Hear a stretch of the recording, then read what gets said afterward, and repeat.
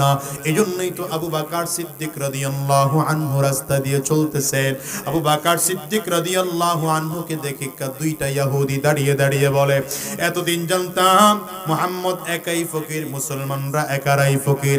এখন তাকিয়ে দেখি মুসলমানরাও ফকির, মুসলমানদের নবী মুহাম্মদও ফকির, মুসলমানদের আল্লাহও ফকির। চিল্লায় সূরে বলেন নাউযুবিল্লাহ। আবু বকর সিদ্দিককে লক্ষ্য করে ইহুদি দুইটা গালি দিচ্ছেন, কিন্তু ইহুদির দিকে তাকিয়ে আবু বকর সিদ্দিক কোনো কথা বলেন না, শুনেও না, শোনার ভান ধরে সামনের দিকে আগাইতেছেন।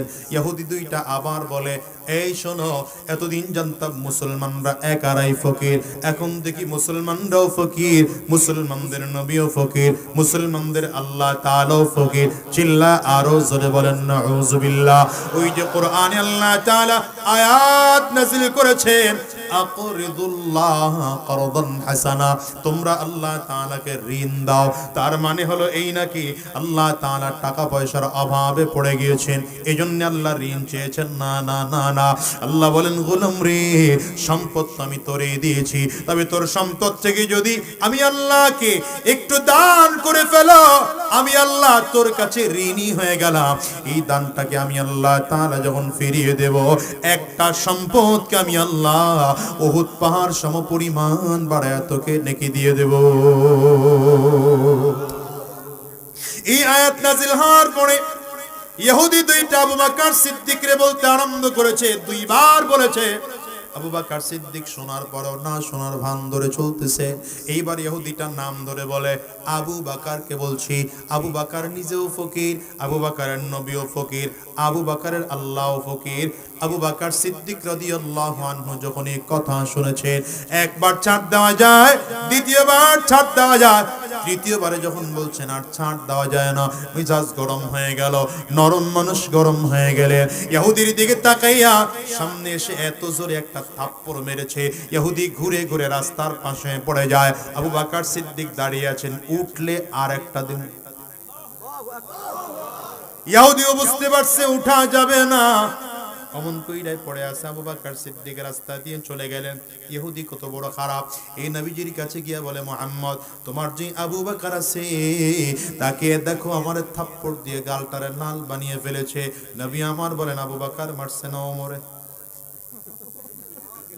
মারটা দিছে কে? আবু বকর তো এই মাইর দেওয়ার কথা না, মাইর দিলে কাট দেওয়ার কথা।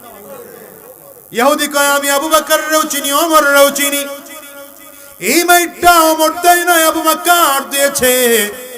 এবার ইনসাফ ওয়ালা নবীর বিচার দেখেন।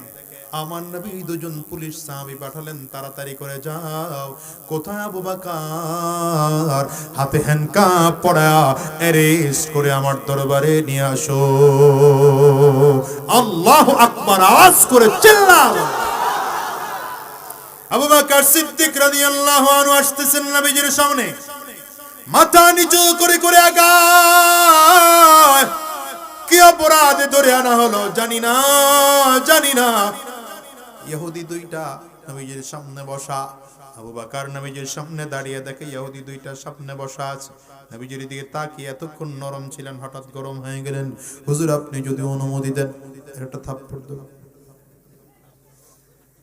কি দিবে?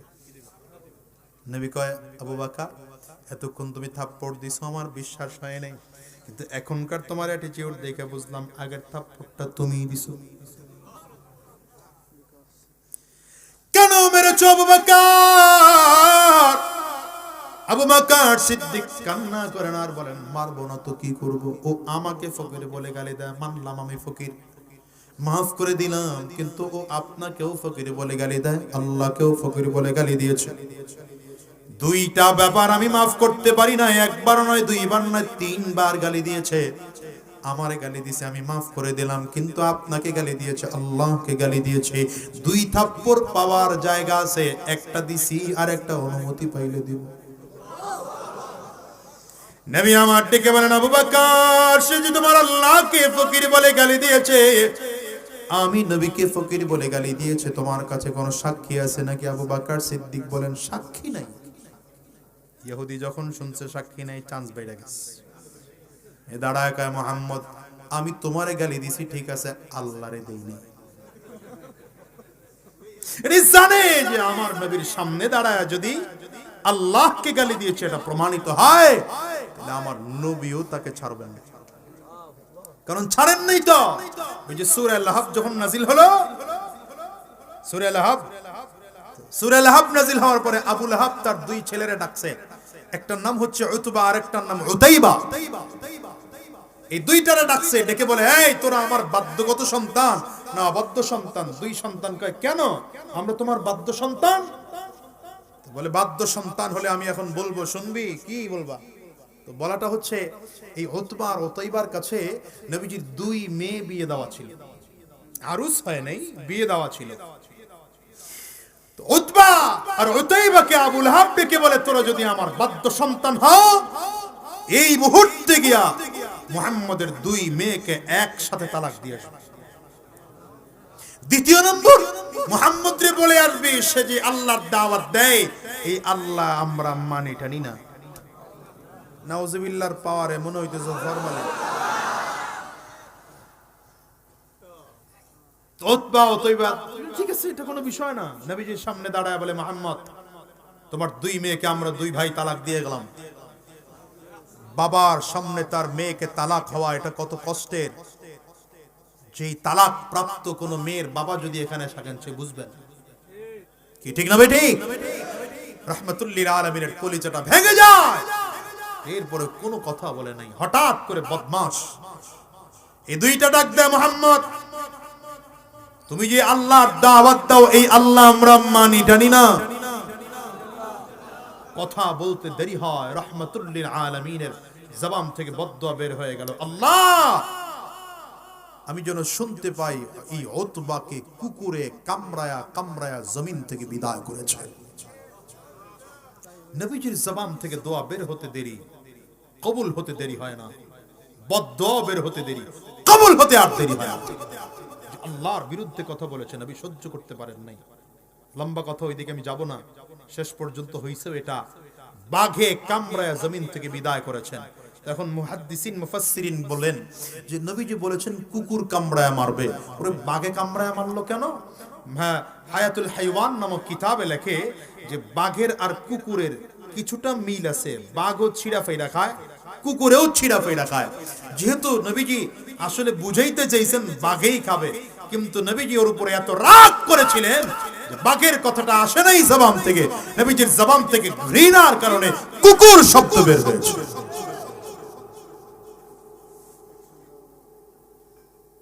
কথা বুঝতেছেন?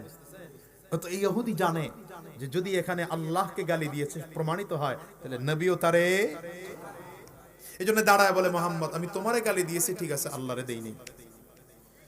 আমি নবী বলেন, আবু বকর যদি সাক্ষী উপস্থাপন করতে না পারো, তাহলে শাস্তি নেওয়ার জন্য রেডি হয়ে যাও। কি ইনসাফ ওয়ালা নবী, চিন্তা করতে পারেন? কারণ ইসলামের বিধান হচ্ছে আল বাইয়িনাতু আলাল মুদ্দাঈ ওয়াল ইয়ামিনু আলা মান আনকারা। ইসলামের বিধান, যে দাবি করবে তাকে সাক্ষী উপস্থাপন করতে হবে। সাক্ষী উপস্থাপন করতে না পারলে তার জন্য শাস্তি। কথা কয় না? হে রে মুসলমান, এখন তো আমার কাছের মানুষ, কেউ যদি বিচার দেয়, আরে বেটা এটা আমার কাছের লোক, রাখ দে বেটা, এত চিন্তা ভাবনা করে লাভ নাই। কি কথা কন না কেন? আবু বকর সিদ্দিক রাদিয়াল্লাহু আনহুর চেয়ে আমার নবীর কাছের কোন সাহাবী আছে? যে আবু বকর সিদ্দিক রাদিয়াল্লাহু আনহু আমার নবীর এত কাছের, যে আবু বকর সিদ্দিক আমার নবীর হাতে হাত দিয়ে প্রথম কালিমা পড়নে ওয়ালা মুসলমান। শুধু তাই না, নবীজি বলেন সর্বপ্রথম আবু বকর প্রশ্ন ছাড়া আমার কাছে কালিমা পড়ে মুসলমান হয়েছে। এই আবু বকর তো সেই আবু বকর যে আবু বকর নবীর জন্য জীবন দিতে তৈয়ার। আবু বকর বলেন, হুজুর তিনটা জিনিস আমার কাছে সবথেকে প্রিয়, এর মধ্যে এক নম্বর প্রিয় আন নজরু ইলা ওয়াজহি রাসূলিল্লাহ, আপনার চেহারার দিকে তাকিয়ে থাকা আমার কাছে প্রিয়। দ্বিতীয় নম্বর ইনফাকু মালি আলা রাসূলিল্লাহ, আমার যত সম্পদ আছে আপনার জন্য খরচ করা আমার কাছে প্রিয়। তিন নম্বর, আমার মনটায় বারবার চায় আমার মেয়েটাকে আপনার কাছে বিয়ে দিতে।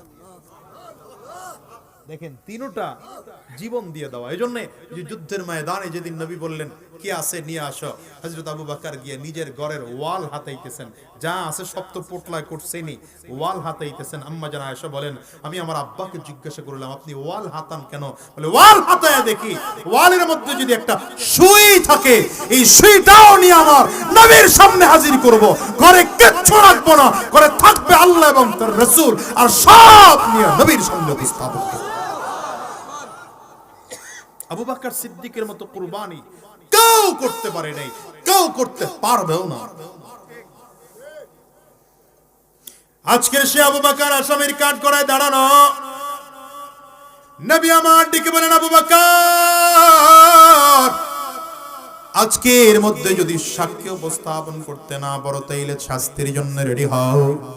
আবু বকর সিদ্দিক কান্না করেন আর বলেন পয়গম্বর আজকে একটা রাত আপনার কাছে সুযোগ চাই, আপনার বিশ্বাস আছে আমি আবু বকর ভেগে যাব না, পালায়া যাব না, আপনার বিচার থেকে পলায়ন করব না, এক রাত আমাকে একটু সুযোগ দেন, আগামীকাল ফজরের নামাজের পরে আপনি আমার যা শাস্তি দিবেন তাই মেনে নেব। কারণ আবু বকর সিদ্দিক রাদিয়াল্লাহু আনহুর বিশ্বাস সাক্ষী তো কেউ নাই, কিন্তু সাক্ষী একজন আছেন, তিনি আওয়াজ করে বলেন কে? রাতটুকু সময় পাইলে আল্লাহরে ম্যানেজ করা যায়। সুবহানাল্লাহ কোন নবীজি এক বেলা সময় দিলেন, এক রাত সময় দিলেন, যাও আগামীকাল সকালে বিচার হবে। ইহুদি দুইটাকে বললেন যাও আগামীকাল ফজরের নামাজের পরে মসজিদে নববীর মধ্যে হাজির হইবা। আবু বকর সিদ্দিক রাদিয়াল্লাহু আনহু রাতের বেলায় বাসায় চলে গেলেন। চেহারাটা মলিন, চোখ দুইটা লাল হয়ে গেল, চোখ দিয়ে টপ টপ করে পানি পড়তেছে। অন্যান্য সময় আবু বকর ঘরে গিয়ে সন্তানদের সাথে কথা বলে, স্ত্রীদের সাথে কথা বলে, আজকে কারো সাথে কথা বলে না, আলাদা রুমের মধ্যে ঢুকেছে, দরজা বন্ধ করে দিয়েছে।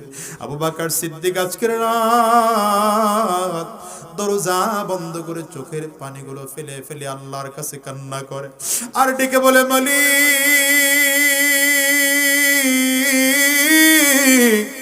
আয় আল্লাহ আগামীকালকের মধ্যে যদি আমি সাক্ষ্য উপস্থাপন করতে না পারি তাইলে নবী আমাকে শাস্তি দিয়ে দিবেন, ইহুদি জিতে যাবে, আমি হেরে যাব। ও আল্লাহ ইহুদি তোমাকে গালি দিয়েছে, দুনিয়ার কেউ শুনে নাই, ওখানে আমি আবু বকর একা ছিলাম, আমার পক্ষে কোনো সাক্ষ্য নবীর সামনে উপস্থাপন করতে পারবো না, কিন্তু মালিক দুনিয়ার কেউ যদিও শুনে নাই তুমি তো শুনেছো। আল্লাহ রব্বে কারীমের তো ওয়াদা আছে وإذا سألك عبادي عني فإني قريب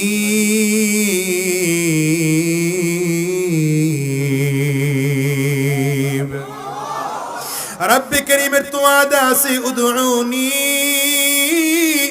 استجب لكم मेरे गुलाम মুসিবতের মধ্যে পড়ে গেছো,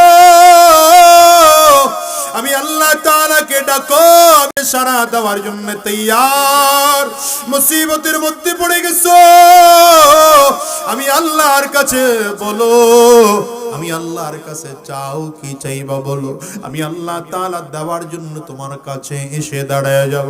সারাটা রাত আবু বকর চোখের পানিগুলো ফেলে ফেলে কান্না করেন, চক্ষু দুটো লাল হয়ে গেল আবু বকর সিদ্দিক রাদিয়াল্লাহু আনহু। ওরে দুনিয়ার মুসলমান, সাহাবায়ে কেরাম অন্যান্য দিনের মতো ফজরের নামাজ পড়ার জন্য মসজিদে চলে আসলেন। আজকে সাহাবায়ে কেরাম আরো আগে আগে চলে আসলেন, কারণ আজকে নবীর প্রিয় সাহাবী আবু বকরের ব্যাপারে কি ফয়সালা দিবেন সাহাবায়ে কেরাম অপেক্ষায়। সব সাহাবীদের চেহারার মধ্যে একটা পেরেশানির ছাপ, আমার নবীর চেহারার মধ্যেও পেরেশানির ছাপ।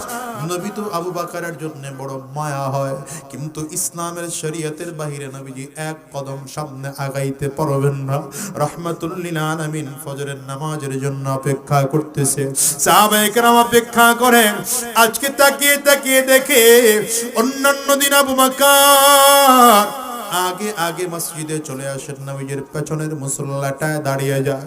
আজকে আবু বকর নবীজির পেছনের মুসল্লায় দাঁড়ায় না, আগে আগে আসেন না, নামাজের কিছুক্ষণ আগ মুহূর্তে মসজিদে ঢুকেছে, নিজের চাদর দিয়ে চেহারাটা ঢেকে ফেলেছে, মসজিদে নববীর একটা কিনারায় গিয়ে আবু বকর চোরের মতো করে দাঁড়িয়েছে। বড় কাজুমুজু হয়ে দাঁড়িয়েছেন, বিনয়ী হয়ে দাঁড়িয়েছেন। সাহাবায়ে কেরাম আবু বকর সিদ্দিকের দিকে তাকিয়ে দেখেন কাঁদতে কাঁদতে চক্ষু দুইটা লাল, চক্ষু দুইটা কাঁদতে কাঁদতে ফুলিয়ে ফেলেছেন আবু বকর সিদ্দিক রাদিয়াল্লাহু আনহু অপেক্ষায় আছে। রাহমাতুল লিল আলামিন ফজরের নামাজ পড়লেন। ফজরের নামাজ শেষ হয়ে গেল, নবীজি মিম্বরের মধ্যে উঠে বসলেন। আবু বকর সিদ্দিক রাদিয়াল্লাহু আনহু আসামির কান গড়ায় গিয়ে দাঁড়াইলেন। ইহুদি দুইটা আমার নবীর কাছেই বসা। নবী আমার গতকালকের মতো করে আবার আজকেও প্রশ্ন করে, রে আবু বকর, সাক্ষী তোমার আছে নাকি বলো? যদি সাক্ষী উপস্থাপন না হয় শাস্তির জন্য রেডি হয়ে যাও। আবু বকর সিদ্দিক মাথাটা নিচের দিকে দিয়া ডাক দেয়, নবী আমার সাক্ষী দুনিয়ায় কেউ নাই। কারণ ইহুদি আল্লাহকে ফকির বলে গালি দিয়েছে, যদিও দুনিয়ার কেউ শুনে নাই, আমার সাথে কেউ সাক্ষী দিতে পারবে না। শুনেছেন একজন, চিল্লায় বলেন তিনি কে? আর জোরে বলো তিনি কে? চিৎকার করে বলো তিনি কে? আবু বকর বলেন, পয়গম্বর কেউ যদি শুনে নাই, কিন্তু আমার আল্লাহ তাআলা শুনে ফেলেছে। নবী বললেন, এখানে আল্লাহকে সাক্ষী মানলে লাভ নাই, শাস্তির জন্য রেডি হয়ে যাও। আমার নবী ডান হাতের শাহাদাত আঙ্গুলি উঁচু করেছেন, ডান পাশে যিনি লিখবে তিনি বসা আছেন। আমার নবী আঙ্গুল উঁচা করেছেন শাস্তির রায় লেখার কথা বলার জন্য। হঠাৎ করে নবী যে খেয়াল করেন পেছন দিক থেকে কে এসে জানো আঙ্গুলটাকে চাপ দিয়ে ধরে ফেলেছে। নবী আমার পেছন দিকে তাকিয়ে দেখেন, আর কেউ নয়, তো জিবরাইল। নবীর সামনে দাঁড়ায় বলেন, পয়গম্বর সাবধান। আবু বকর সিদ্দিকের শাস্তি দেওয়ার আগে আগে আল্লাহ পাকের কোরআনের আয়াত নাযিল নিয়ে আসছি। আপনি আগে আল্লাহ পাকের কোরআনের আয়াত শুনেন, তারপরে আবু বকরের জন্য যা বিচার তাই করবেন। আল্লাহ তাআলা আবু বকরের পক্ষে একটা আয়াত নাযিল করেছে। নবীজিকে জিবরাইল শুনাইতেছেন, পয়গম্বর আল্লাহ তাআলা বলেন, لقد سمع الله قول الذين قالوا إن الله فقير ونحن أغنياء। আল্লাহ তাআলা বলেন, পয়গম্বর এই ইহুদি দুইটা আমি আল্লাহ তাআলাকে ফকির বলে গালি দিয়েছে। এটা যদিও দুনিয়ার কেউ শুনতে পায় নাই, কেউ শুনতে পায় নাই, আমি আল্লাহ শুনে ফেলেছি। ও দুনিয়ার মুসলমানেরা, এবার হিসাব করে দেখো নবী কত ইনসাফওয়ালা নবী, নবী যে কত ইনসাফওয়ালা নবী রে মুসলমান। এই জন্য আমি তোমাদেরকে বলে যাই, নবীজির আদর্শ যদি দুনিয়ার মধ্যে বাস্তবায়ন করতে পারো তাহলে দুনিয়ার মধ্যে শান্তি। নবীজির আদর্শ যদি জমিনের মধ্যে বাস্তবায়ন করা যায়, জমিনের মধ্যে শান্তি। নবীজির আদর্শ যদি গোটা সমাজের মধ্যে বাস্তবায়ন করা যায়, সমাজের মধ্যে শান্তি চলে আসবে। নবীজির আদর্শ যদি তোমার পরিবারের মধ্যেও প্রতিষ্ঠিত করা যায়, তাহলে তোমার পরিবারের মধ্যেও শান্তি চলে আসবে। মুসলমান, কয়দিন দুনিয়ায় বাঁচবা বলো? আজ নবীজির আদর্শ তোমার কাছে মানতে ভালো লাগে না, নবীজির সুন্নতি টুপি মাথায় দিতে তোমার কাছে ভালো লাগে না, জুব্বা পড়তে তোমার কাছে ভালো লাগে না, নবীজির সুন্নতি দাড়ি তোমার কাছে রাখতে ভালো লাগে না, নবীজির সুন্নতের রাস্তায় চলতে তোমার কাছে ভালো লাগে না, নামাজ পড়তে ভালো লাগে না, দ্বীনের পথে চলতে ভালো লাগে না। ভাইরে, কয়দিন দুনিয়ায় বেঁচে থাকবা বলো? দুনিয়ায় তো আসার সিরিয়াল আছে বাজান, যাওয়ার কিন্তু কোনো সিরিয়াল নাই। এই দুনিয়া আগে দাদা আসে, তারপরে বাবা আসে, তারপরে কিন্তু সন্তান আসে। যাওয়ার সময় এমন হয় দাদা দুনিয়ায় থাকে, নাতি জমিন থেকে বিদায় হয়, বাবা দুনিয়ায় থাকে, সন্তান জমিন থেকে বিদায় হয়। এমন হয় কি হয় না? একটু আওয়াজ করে চিল্লায় বলো। তোমার আমার ক্ষেত্রে এমন হতে পারে কি পারে না? আওয়াজ করে চিল্লায় বলো, পারে কি পারে না? বাজারের হিসাব মিলাও। এই দুনিয়াতে এখানে এমন মানুষ খুঁজলে পাওয়া যাবে যেই মানুষগুলো বাবা হারিয়েছেন, যেই মানুষগুলো মা হারিয়েছে। এমন মানুষও পাওয়া যাবে যাদের সন্তানকে হারিয়েছে। এমন মানুষও খুঁজলে এখানে পাওয়া যাবে যাদের সন্তান হারিয়েছে। এমন মানুষ খুঁজলে পাওয়া যাবে যেই মানুষটা তার স্ত্রীকে হারিয়েছেন। বাবা আছেন না? নাই একটু আওয়াজ করে বলেন। আমি আজ তো সব জায়গায় বলি, আজকেও তোমাদেরকে বলে যাই, আজকে 18টা বছর হয়ে গেল আমি আমার কলিজার টুকরা মাকে হারিয়েছি। গোটা দুনিয়া মালিক সব দিয়েছেন রে যুবক, কিন্তু আজকে 18টা বছর হয়ে গেল আমি আমার মাকে নিজের টাকা দিয়ে একটা আপেল কিনে কোনোদিন খাওয়াইতে পারি না। আমি আমার নিজের টাকা দিয়ে আমার মাকে 18 বছর পর্যন্ত একটা কাপড় কিনে দিতে পারি নাই রে বাজান। এই বাজান রে, এই মজলিসটাতে এমন মানুষ খুঁজতে পাওয়া যাবে যে এই মানুষটা মা হারিয়েছেন, বাবা হারিয়েছে। আজকে আমেরিকায় সন্তান থাকে, জাপান জার্মানের সন্তান মালয়েশিয়া আমেরিকায় থাকে। ইন্টারনেট, টেলিফোন, ফ্যাক্সের মাধ্যমে খবর নেওয়া যায়, কিন্তু মাকে যে বাড়ির সামনে 2.5 হাত মাটির নিচে দাফন করে আসলাম, বছর কি বছর হয়ে গেল, মা ওই কবরে কেমন কোনদিন খবরটুকু পর্যন্ত নিতে পারি না। এই বাজান রে, আজকের এই মজলিসটাতে এমন মানুষ খুঁজতে পাওয়া যাবে যারা বাসায় গিয়ে দরজার মধ্যে টোকা দিলে তাদের মা দরজা খুলবে না। বাজান রে, আমি আজাদির মতো কার কার ঘরে আপনাদের মা নাই একটু হাতটা উঁচা করে দেখা। কার কার বাবা নাই হাতটা উঁচা করে দেখাও। হাতগুলো তুলে রাখো। আমার যুবকেরা তাকিয়ে তাকিয়ে দেখুক মাহারা মানুষগুলোর চোখ দিয়ে পানি কেমন করে বের হয়। বাজার মানুষগুলো তাকিয়ে দেখুক বাবা হারা মানুষগুলোর চোখ দিয়ে পানি কেমন করে বের হয়। হাত তুলে রাখো। ও যুবক রে, মানুষগুলোর চেহারার দিকে একটু তাকাও।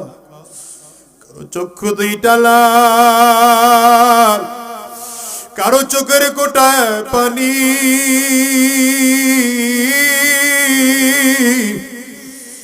আবার গাল বেয়ে পানিগুলো জমিনের মধ্যে পড়ে। এই মানুষগুলো হাত তুলেছে, এদের কারো ঘরে মা নাই, কারো ঘরে বাবা নাই, কারো ঘরে আব্বা আম্মা দুইজনের কেউ নাই। যুবক তাকে দেখ,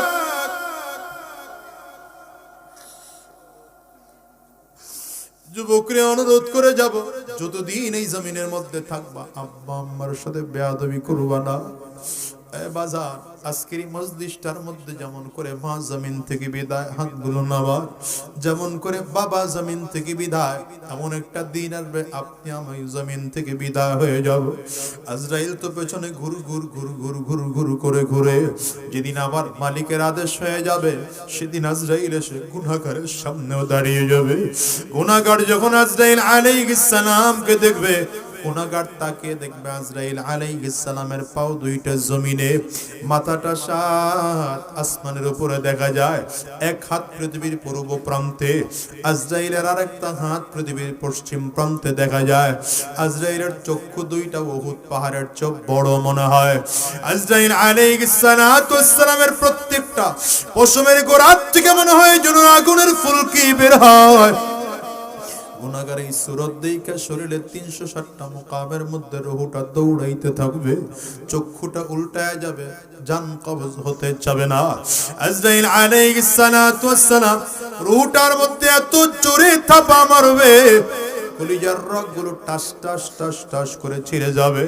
বাজান রে, অনুরোধ করে যাই, কয়দিন দুনিয়ায় থাকবা বলো? এখনো নবীজির সুন্নত তোমার কাছে ভালো লাগে না? নবীজির সুন্নতি টুপি মাথায় দিতে ভালো লাগে না? নবীজির সুন্নতি পোশাক পরতে তোমার কাছে ভালো লাগে না? নবীজির সুন্নতি দাড়ি তোমার কাছে পড়তে ভালো লাগে না? এখনো খুশির কারবার করো, এখনো সুদের কারবারের সাথে জড়িত আছো, এখনো হারাম রাস্তায় চলো রে যুবক। কয়দিন দুনিয়ায় বাঁচবি রে বল? এই দুনিয়ায় কেউ থাকতে পারে নাই, তুমি আর আমিও থাকতে পারবো না। আজকের ময়দানটার থেকে ওয়াদা করে যাও, মালিক